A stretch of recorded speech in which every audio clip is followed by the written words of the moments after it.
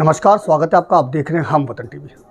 राजधानी दिल्ली में 250 निगम सीटों पर हुए एमसीडी चुनाव के नतीजे आने के बाद अब दिल्ली की जो स्थिति है वो किस कदर होगी, इसका अंदाज़ा तो खैर आने वाले समय में ही पता चल पाएगा। लेकिन इस बीच तमाम विधानसभा में से एक विधानसभा है सुल्तानपुर महाजरा विधानसभा, जहां की तीनों निगम सीटें आम आदमी पार्टी की झोली में गई है। और उन्हीं में से एक है वार्ड 43, जहां से किन्नर समाज से आने वाली जो बोबी हैं, उन्होंने इस सीट से ना केवल अपना डंका बजाया है बल्कि लोगों के बीच एक अलग ही अपनी छवि बनाई है। और वो हमारे साथ मौजूद है, जिससे हम बात करेंगे और जानेंगे कि किस तरीके से ये जो पूरी जो लड़ाई थी वो लड़ाई किस तरीके की रही और आगे और लड़ाई जो है वो किस तरह की होने वाली है। सबसे पहले आपका मैं स्वागत करना चाहूँगा, जानना चाहूँगा कि जब चुनाव लड़ने की जो शुरुआत हुई, क्या चुनौती रही और क्या लगा आपको कि हाँ हो पाएगा इस बार कुछ? जी, पहले तो आपको मैं धन्यवाद देना चाहूँगी। चुनौती तो देखो है ही है, जो कि 25 साल से यहाँ पे पूर्व विधायक जैक्सन, जो कि सुल्तानपुरी को मतलब कि अंधकार में ढकेल दिया और क्या कहते हैं भ्रष्टाचार इतना किया कि आज आप देख सकते हैं गली गली गंदी है।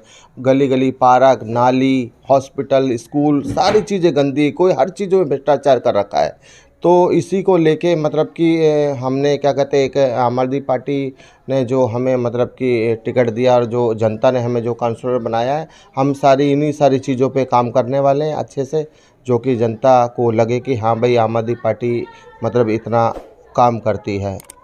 इससे पहले भी आप निर्दलीय उतरे थे, हालांकि उस समय जनता से आपको प्यार वो नहीं मिल पाया।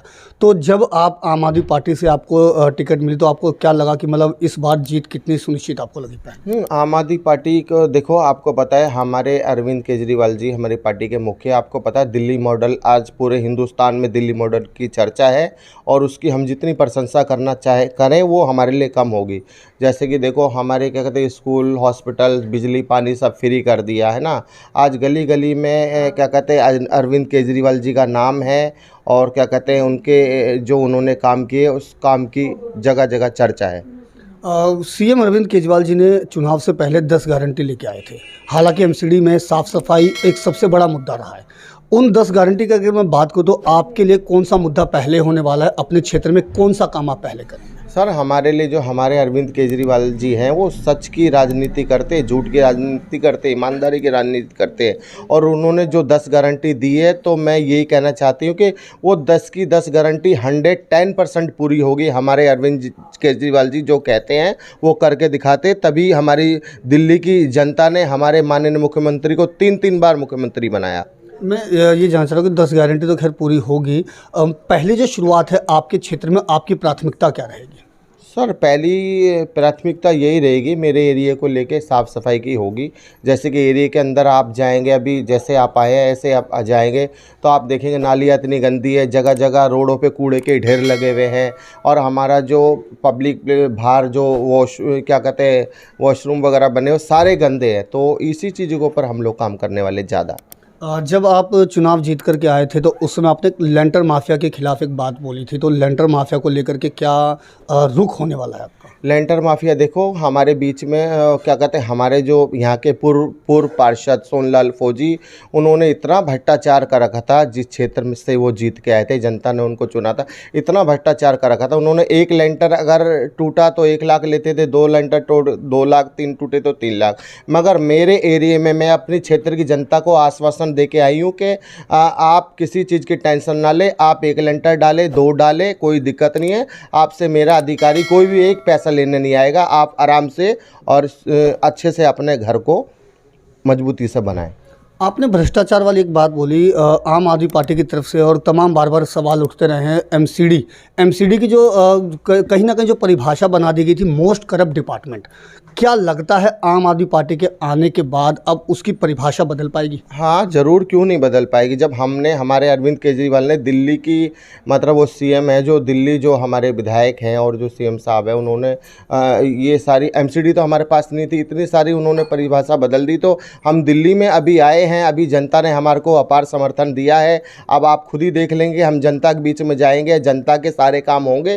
तो अरविंद केजरीवाल जी का खुद ब खुद डंका अपने आप ही बच जाएगा। अच्छा, इसके अलावा एक छोटा सा सवाल और रहेगा कि आप एक जिस समाज से हैं, कहीं ना कहीं उस समाज में अक्सर देखा जाता है कि जगह जगह जो किन्नर समाज के लोग हैं वो कई बार रेड लाइट पर लोगों से पैसा मांगना इस तरीके, तो उनके उत्थान के लिए आपके मतलब क्या आप प्रयास करने वाले हैं? देखो सर, मेरा जो किन्नर समाज है, मैं यही चाहूँगी कि मेरे जो किन्नर समाज के जो राइट्स हैं उनको भी दिलाने में मैं बहुत ज़्यादा कोशिश करूँगी। और मैं ये चाहूँगी कि किन्नर समाज भी क्या कहते हैं, उनके लिए भी कोई वृद्धाश्रम वगैरह कुछ ऐसा सेंटर होम बनाऊँ, ताकि बड़े बुजुर्ग हो जाते हैं तो आपको पता हमारा तो कोई होता नहीं कि मैं उनकी भी सेवा कर सकूँ, उनके लिए भी एक आइडल बन सकूँ।